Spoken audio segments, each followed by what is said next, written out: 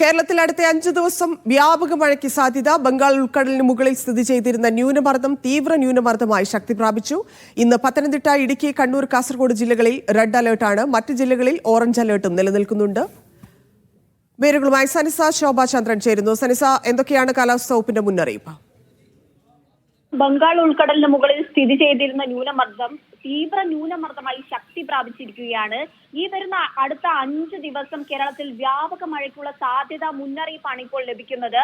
അത് മാത്രമല്ല, പടിഞ്ഞാറൻ കാറ്റ് കേരളത്തിന് മുകളിൽ ശക്തമായി തുടരാൻ സാധ്യതയുണ്ട്. ഇന്ന് പത്തനംതിട്ട, ഇടുക്കി, കണ്ണൂർ, കാസർഗോഡ് ജില്ലകളിലാണ് റെഡ് അലേർട്ട് ഉള്ളത്. മറ്റ് ജില്ലകളിൽ ഓറഞ്ച് അലേർട്ടും നിലനിൽക്കുന്നു.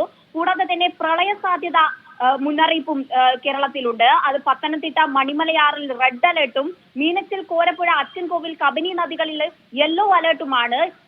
വളരെ കടുത്ത ജാഗ്രതാ നിർദ്ദേശമാണ് പൊതുജനങ്ങൾക്ക് നൽകുന്നത്. നദീതീരത്തിലുള്ളവർ നദികളിൽ വെള്ളം ഉയരുന്നതിനനുസരിച്ച് അവിടുന്ന് മാറി താമസിക്കണമെന്നും നദി കുറുകെ മുറിച്ചു കടക്കരുതുമെന്നുമുള്ള കനത്ത നിർദ്ദേശങ്ങൾ ജനങ്ങൾക്ക് വേണ്ടി നൽകുന്നുണ്ട്.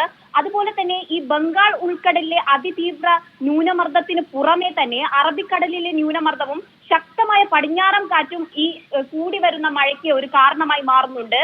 കേരള തീരത്ത് നാളെ 8:30 വരെ ഉയർന്ന തിരമാലയ്ക്കും കടലാക്രമണത്തിനും സാധ്യതയുണ്ടെന്നും ഇപ്പോൾ നമുക്ക് മുന്നറിയിപ്പ് ലഭിക്കുന്നുണ്ട്. കൂടാതെ തന്നെ കേരളത്തിലെ ട്രോളിംഗ് നിരോധനം ജൂൺ 9 മുതൽ ജൂലൈ 31 വരെ തുടരും.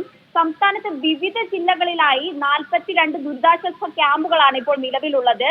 ഇതിൽ തന്നെ 330ഓളം കുടുംബങ്ങളുണ്ട്. ഇതിൽ 1088 പേരെ മാറ്റി പാർപ്പിച്ചതായിട്ടാണ് അറിയാൻ കഴിയുന്നത്. അതുപോലെ തന്നെ കനത്ത മഴയിൽ ഇതുവരെ 24 പേർക്കാണ് കേരളത്തിൽ ജീവൻ നഷ്ടമായത്. ഇതിൽ ഏറ്റവും എടുത്തു പറയേണ്ട ഒരു കാര്യം എന്താണെന്ന് വെച്ചാൽ, നമുക്ക് മുന്നേ തന്നെ മുന്നറിയിപ്പ് ലഭിച്ചിരുന്നു. സനിസയാണ് വിശദാംശങ്ങൾ നൽകിയത്.